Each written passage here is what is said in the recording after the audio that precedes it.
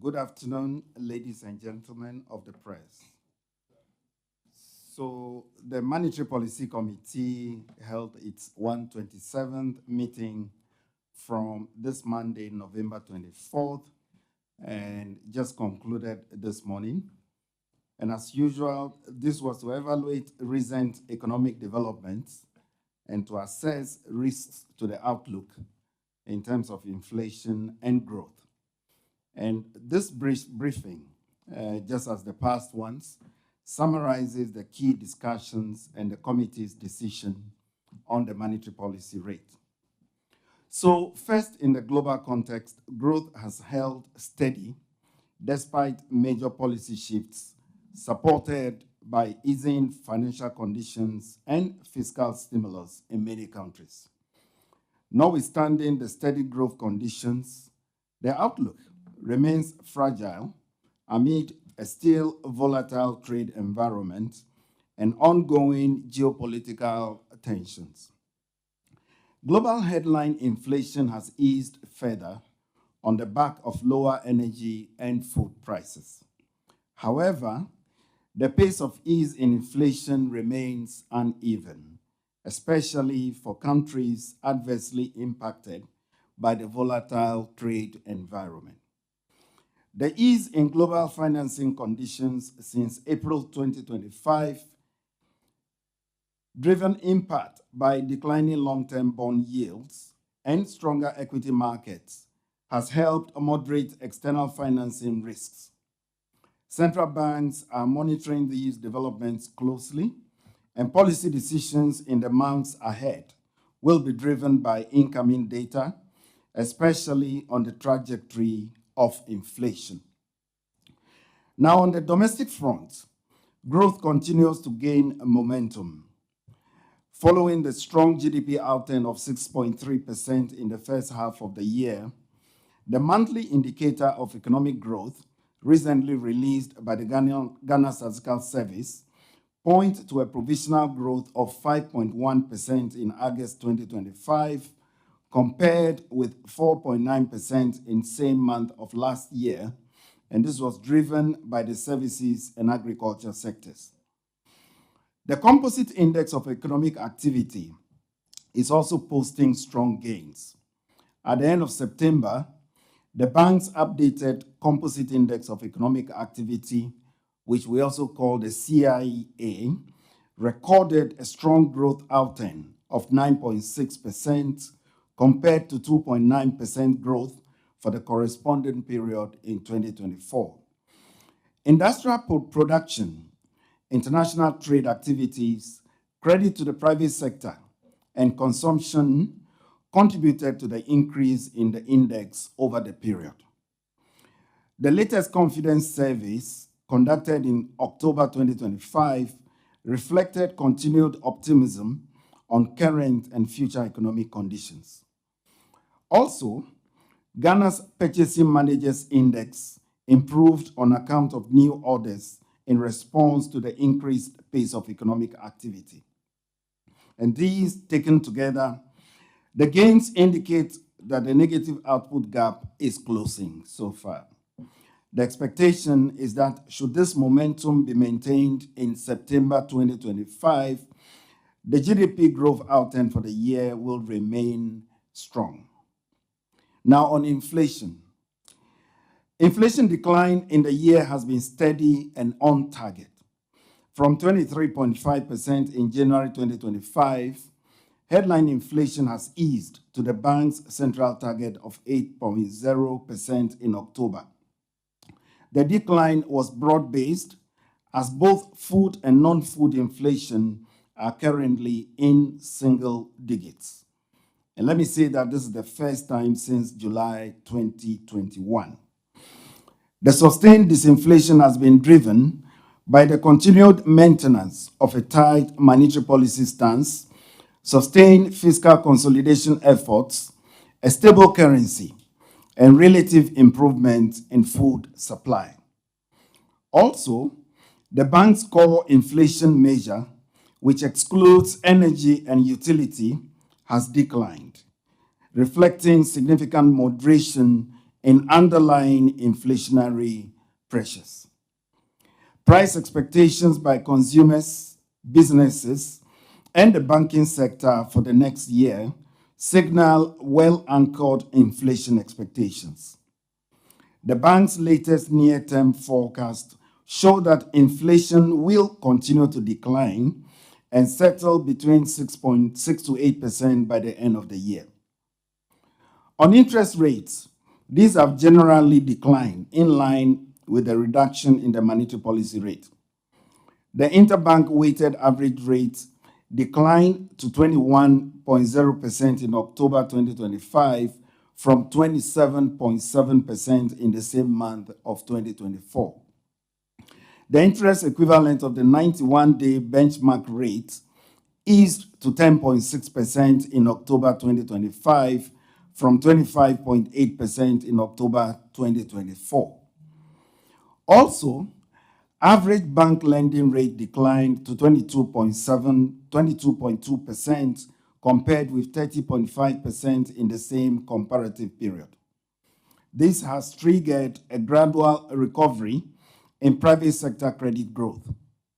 From 7.1% contraction in May 2025, private sector credit growth in real terms has improved to 5.4% in October 2025. Now, on the fiscal side, budget performance over the first 9 months was marked by strong fiscal consolidation, as announced recently by the Finance Minister in his budget presentation. Revenue and grants fell below the target by 4.7%, while expenditure was below the target by 15%. This resulted in an overall fiscal deficit on commitment basis of 1.5% of GDP, which was better than the target deficit of 3.2% of GDP.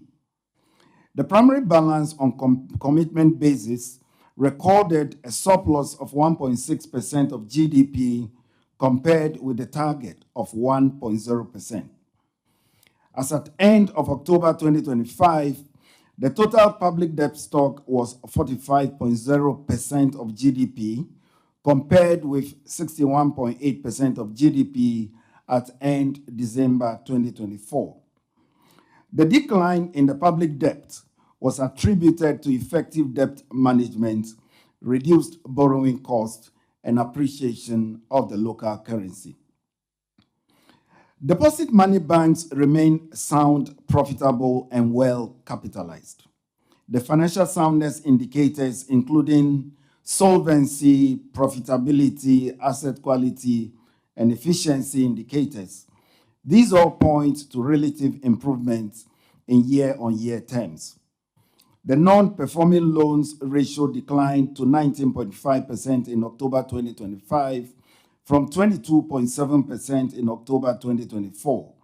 And this was driven by pickups in bank credits and contraction in the stock of NPLs.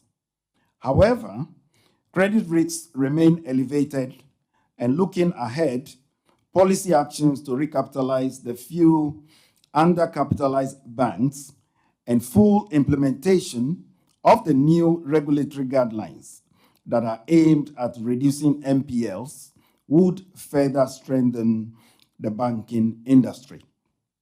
Now, on the external sector. The external sector conditions remain favorable. The current account improved significantly in the first 9 months of this year to a surplus of $3.8 billion compared to a mere $553.6 million in the same period last year. The trade surplus increased to $7.5 billion on the back of a surge in gold and cocoa export earnings. Private inward transfers remained high at $6 billion at the end of the third quarter.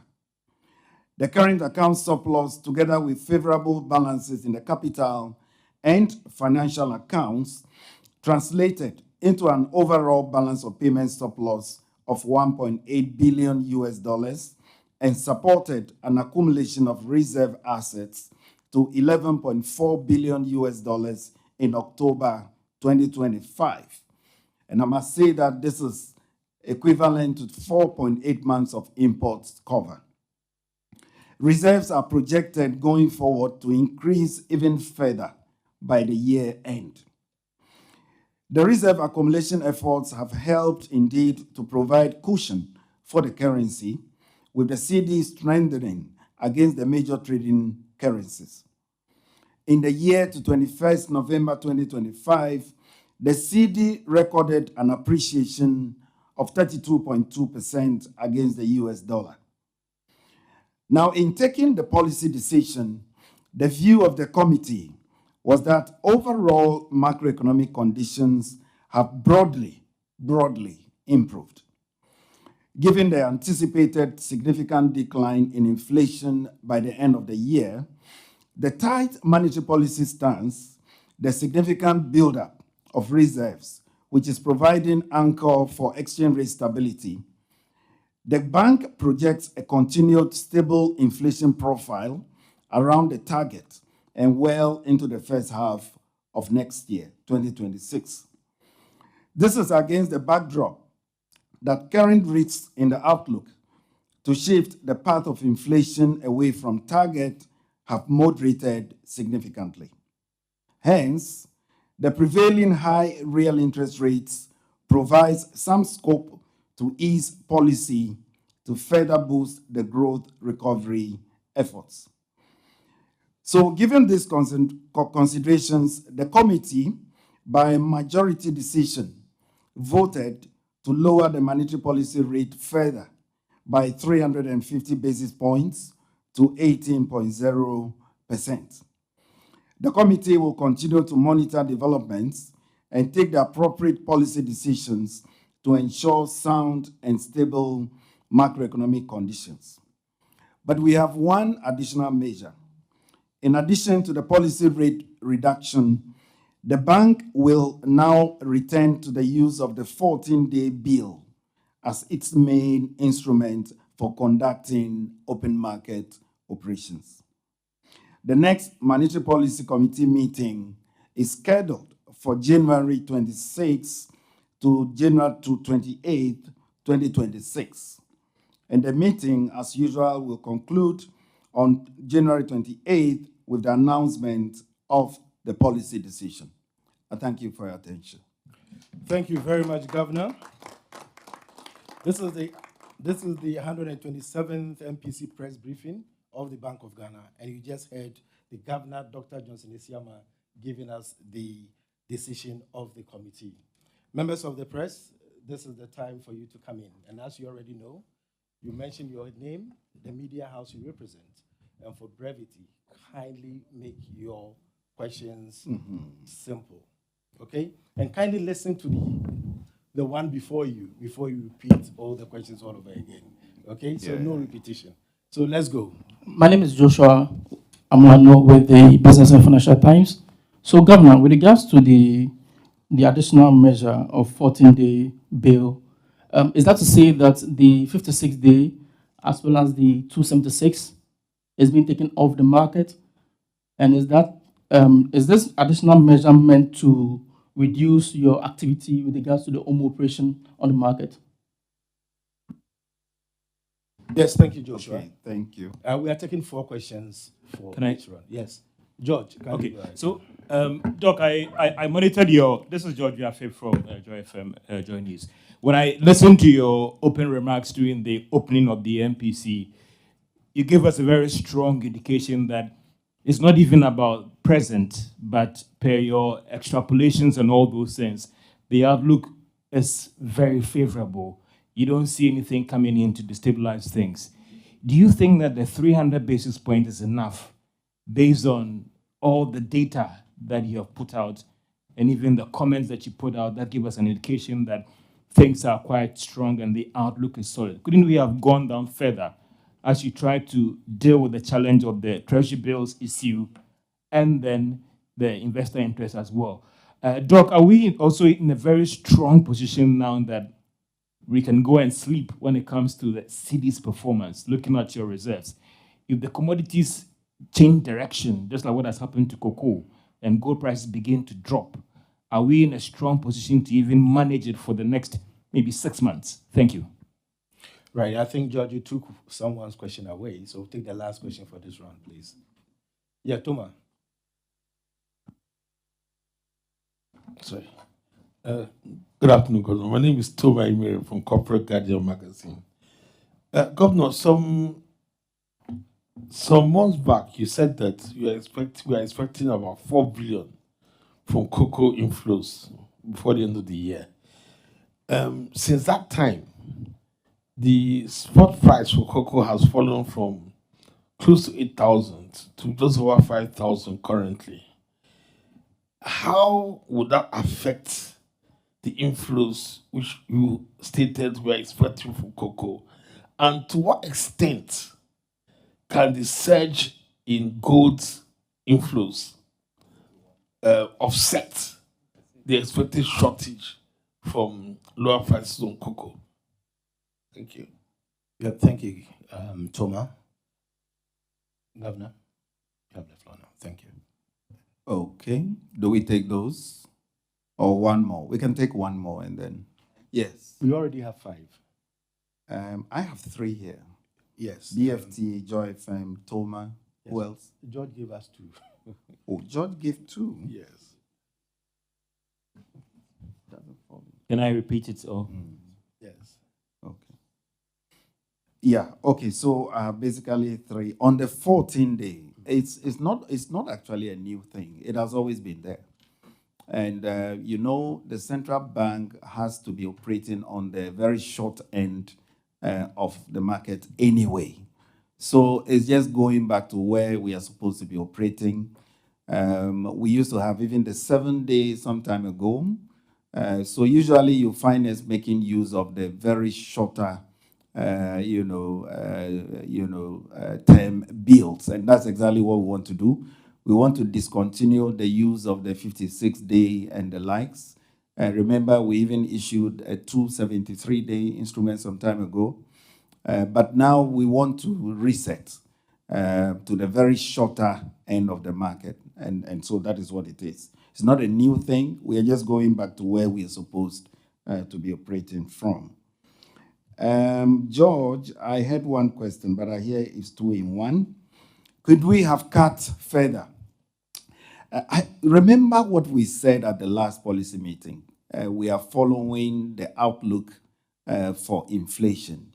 We believe that the 350 basis points is in line with our program and also consistent with the disinflation path. But that said, it's about assessing the risks on the upside to inflation and also the risks on the balance of the risks as a result. From where we stand, we believe that the 350 basis point is enough. Remember, we've now settled, very well within the target band, and we will be observing these going forward. If there's the need for the committee to take any additional policy measure, that will be done. But from where we are currently, right now, we believe that the 350 basis point is very much in line with the disinflation program. Then you asked about if commodity prices, shot up against us. Yes. And that's exactly why we are emphasizing our reserves build-up program.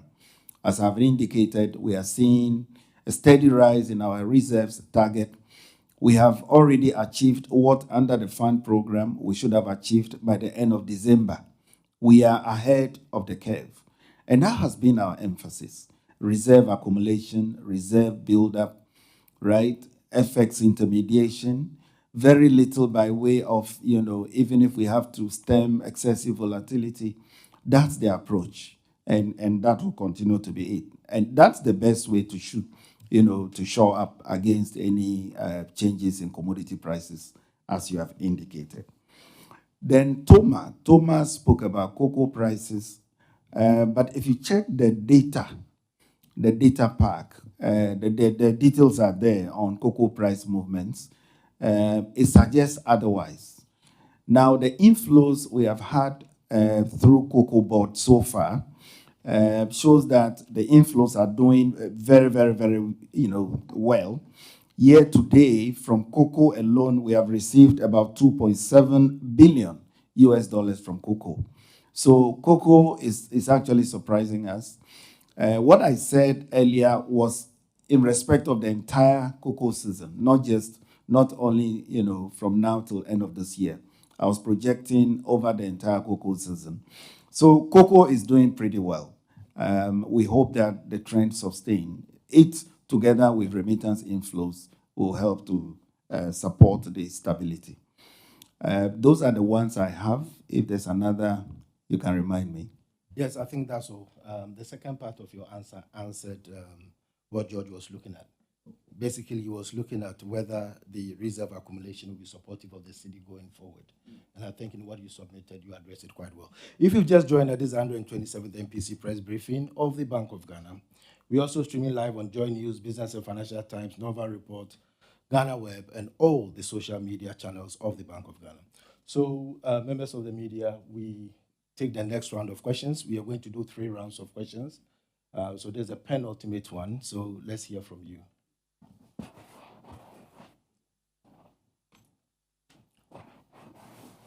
Yes, please go ahead. Okay, my name is Emmanuel Bruce. I'm from Reuters. At the last MPC, the governor indicated that they were in discussion with some banks with regards to the proposed hedging program. I wanted to find out updates on that. What specific quantities of the country's oil or gold is being considered for this hedging program, and when is it likely to take off? And also, somewhere in June, the chief executive of Cocoa Board indicated that they were in discussions with the central bank to allow the banks to use a portion of their cash reserves to support our local LBCs. I want to find out what is the status of that engagement. Is this something the central bank is open to? Thank you. Right. Who next? Yes, Justice. Yeah. Thank you very much, Mr. Governor. My name is Justice. I write for Shinwa News Agency. I would like to congratulate you and your team for a very successful first year in office. But having said that, they said the devil is in the detail. What are some of the, worries you have about the economy, although everything seems to be going on well? What are some of your headaches, lingering headaches, as we enter into a new year? And also, just to ask, is Bank of Ghana financing the gold board? Thank you. Governor, Next question, please. Yes. good afternoon. My name is Morris with GTV. So average lending rate is at 22%. Will you say is a perfect reflection of the successive rate cuts you've done over the year? You have been pushing for interest rates to go down further. Right. Can you say that again? I lost you somehow. I said that average lending rate around 22%. Is it a true reflection from where you sit of the successive cuts that you've done the whole of the year?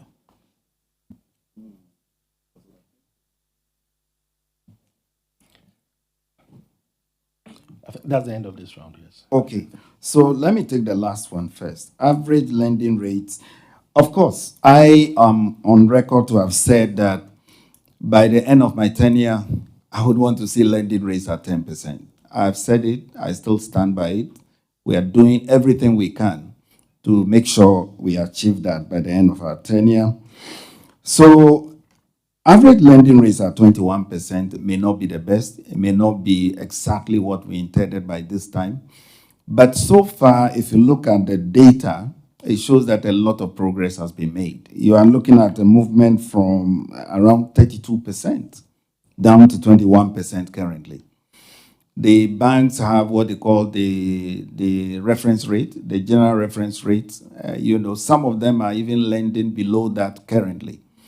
And gradually, as interest on T-bills and others continue to trend down, banks will have no choice than to do aggressive lending. So that is where you see a faster decline in terms of the lending rate going forward. So rest assured, it is one of the things I particularly want to be, assessed by the end of my tenure, to see lending rates, as low as it can. That will support growth, and that will also support job creation. Then the next one, Adobwe, you were asking whether I have any worries going into next year. Well, I don't have any worries, but the fact remains that we are basically another commodity exporting country. Remember, what do we export? 3 items: oil, cocoa, gold. And most of it we export as primary products.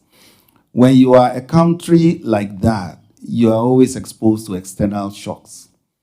If the US dollar strengthens for any reason, and if anything happens there that has nothing to do with Ghana, and the dollar strengthens, that would have, a very significant impact on us down here.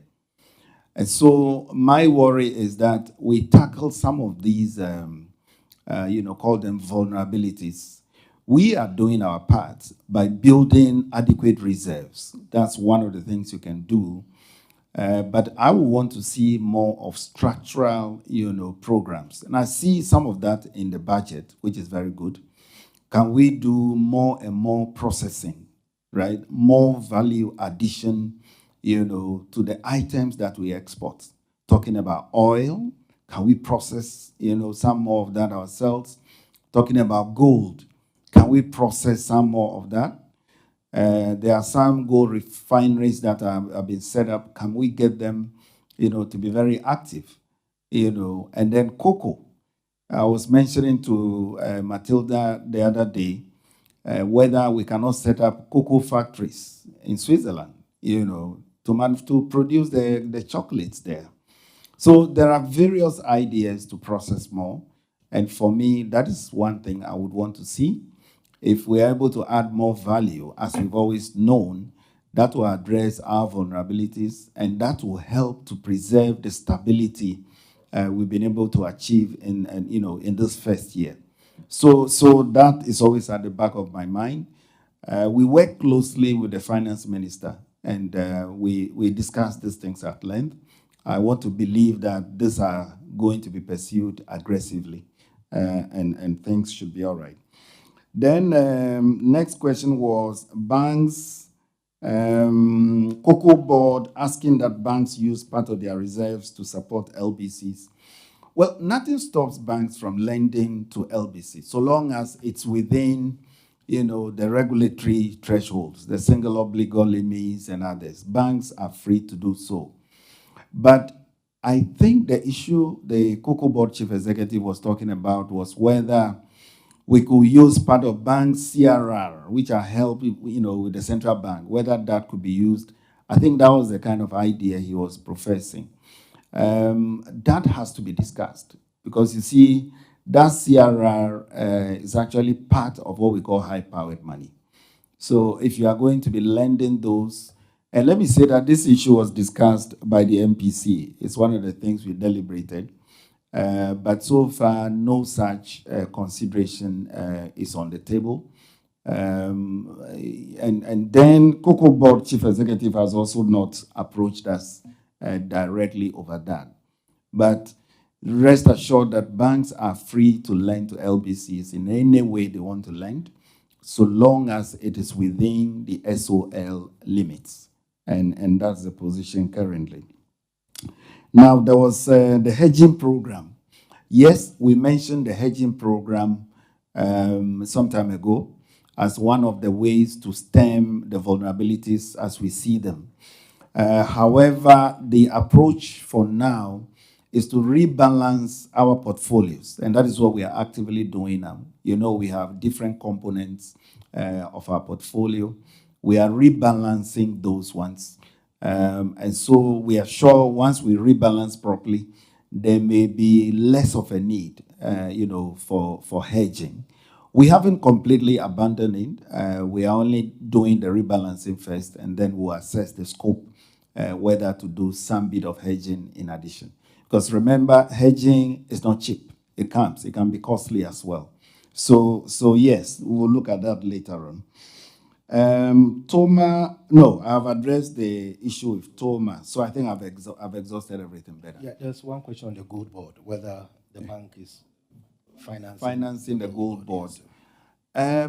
So remember, gold board is just the PMMC as we used to have it, right? So it's our relationship to get, vis-a-vis the gold board. It's just like the relationship we had with PMMC. What we do is to ask gold board to purchase something for us, and then that something is exported. When it's exported, we receive the US dollar.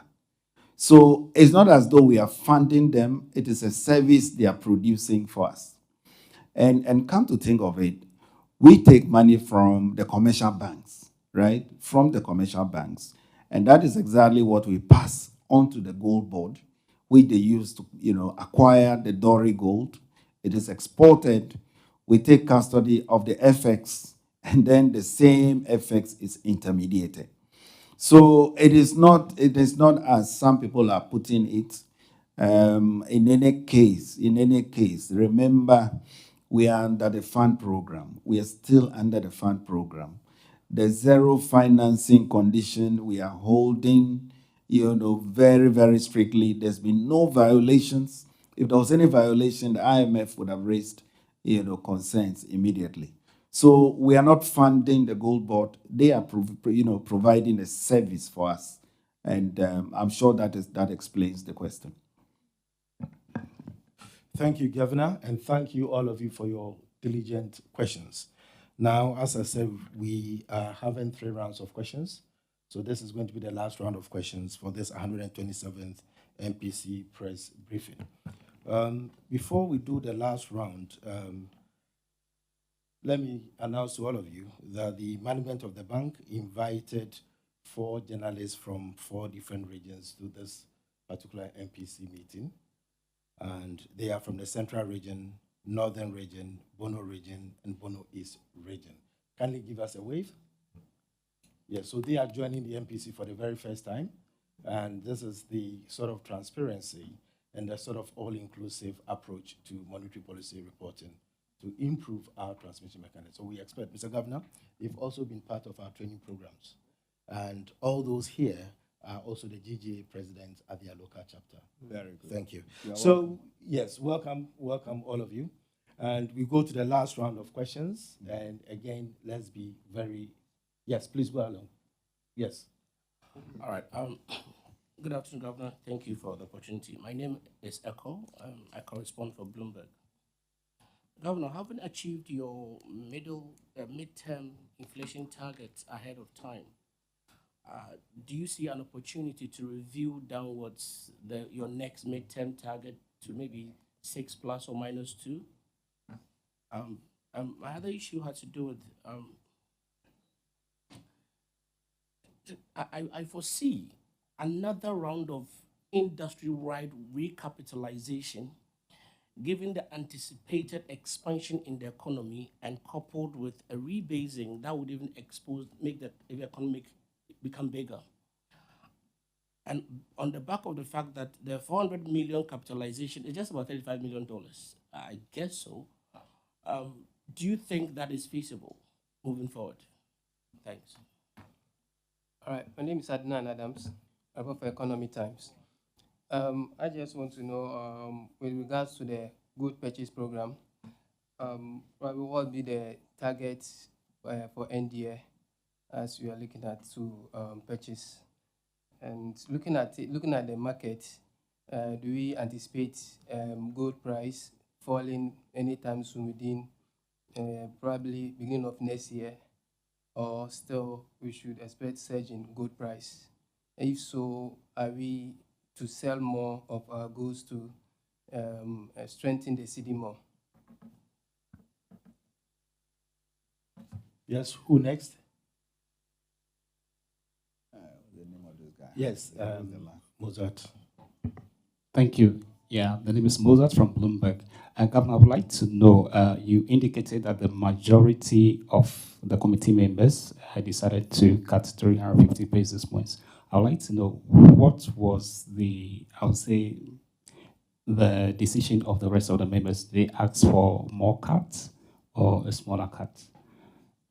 Secondly, recently we received a statement from the central bank basically saying the bank is going to be more proactive in the way it addresses volatilities on the market. Can we, linked with this, can we know, for instance, how much in terms of foreign exchange you've spent to support the market between January and October, and how does that compare to a year ago? Thank you. Right, so I would take the very last question. Governor, am I allowed to? Yes. So the very last question to conclude this round of the MPC. Okay, so my name is Belinda Anankwanta with Wazer TV. Now, I want to ask the governor that despite the fall in lending rates, private sector credit growth is still moderate. What more can be done to accelerate credit expansion? Thank you very much. Okay, so before I answer the last set of questions, let me announce that because we receive questions from some of you, anytime people filing questions here and there, we are going to be putting these out, right? Later on, we'll put some of those together, and the head of communications will put it out there so that you can ask, you can get feedbacks to your questions even before MPC press briefings are held. So again, the last question first, credit expansion. That's exactly what the committee has done by assessing the risks in the outlook, adjusting the policy rate.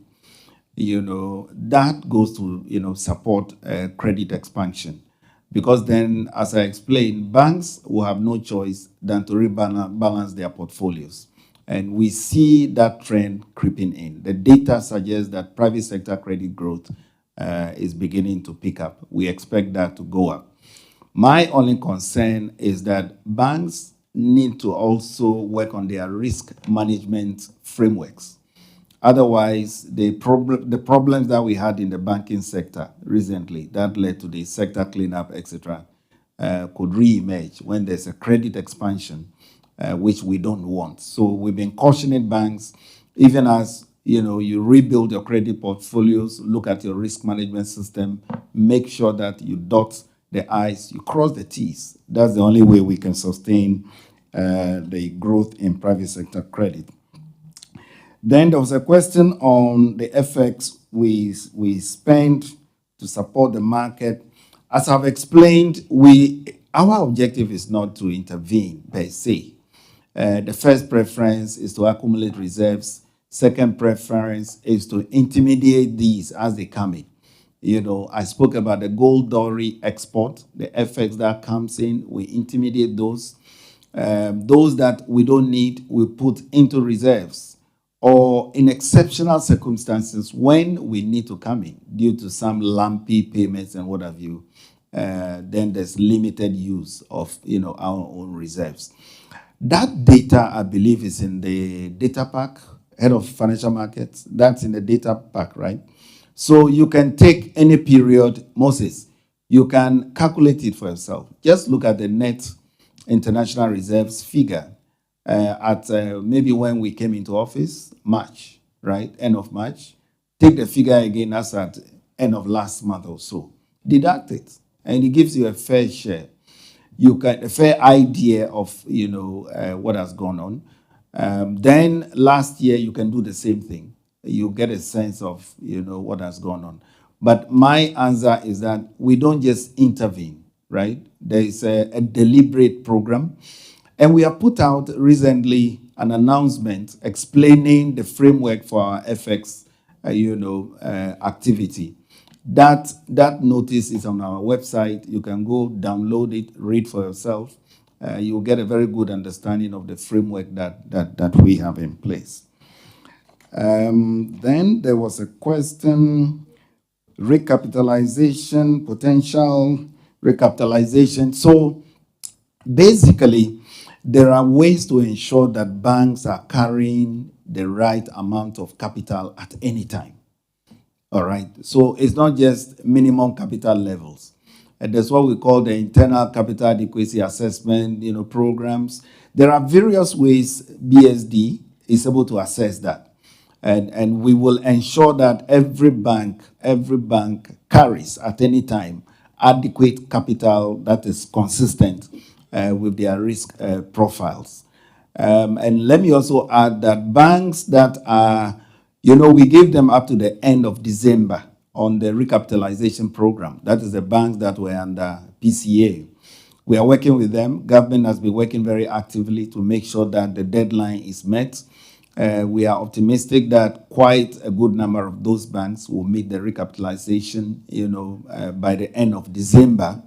And after that, we'll do an assessment. If there are any bank or one or two that do not meet it, we will look at what we can do for them to come up. But rest assured, whatever it is, at any time, we will make sure that banks carry enough capital that is in line with their risk profiles. Then the next one is about the inflation, the medium-term target, whether we want to change it. But it is too early in the view of the committee. The committee discussed this. We think that inflation has just settled comfortably around the central target. We need to monitor, the process a little bit, the disinflation process a little bit, for a couple more MPC rounds. And when we are convinced that we really have reset, that we are actually now settling, the economy is settling onto a low inflation regime, and there's the need. Remember from the beginning, in somewhere 2002, when we started the inflation targeting regime, we first had to estimate the optimal level of inflation, and that's how come the target was derived. So we will do that exercise again, and if the empirical evidence suggests that we lower it to a new band, that will be done. But for now, the committee thinks that it's pretty too early. We should hold on a little bit and observe. Then I think that is all, right? That is all for that You round. missed one. Any target for the gold purchase program? Any target for? Yes, for the gold purchase program. For the end year gold. Yes. No, we don't have a target. Yes, we don't have a target. Remember, we use that for our reserves build-up, and so we will embark on that. And as I explained, we use that to intermediate, to manage the entire framework, and so that will go on. I hope that explains it. And the last one is majority went for 350. What did the minority go for? Some members, I'm not sure I'm allowed to disclose, but rest assured, we publish the submissions by members, and those will be published when? By when? Please, on Monday. Or by Monday. Yes. The details of those submissions will all be published so that you understand what went into the decisions. But it was a very, very lively process. It was a lot of arguments. You have no idea how much, deliberations it took us to arrive at this majority decision. But we are convinced, the committee is convinced that this is appropriate for the policy stance currently. Thank you. Thank you, Governor. Thank you, members of the MPC. Thank you, advisors of the Bank of Ghana, senior management of the bank. And a very big thank you to all of you. You made it a very lively event. This is the last one of the year. And we'll be seeking the government's permission to see whether we can have a much more social engagement, what you call your press worry, sometime at the end of the year. So, Governor, I'm not preempting anything. We'll still come for approval. So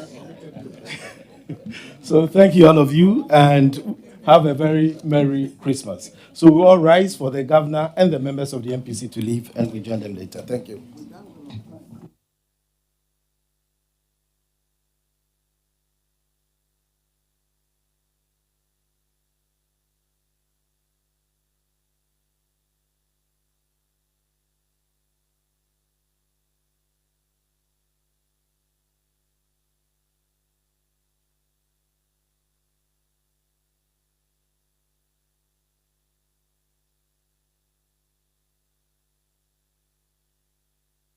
All right, so thank you very much. That's the end of it all. And I hope you enjoyed it. Thank you very much.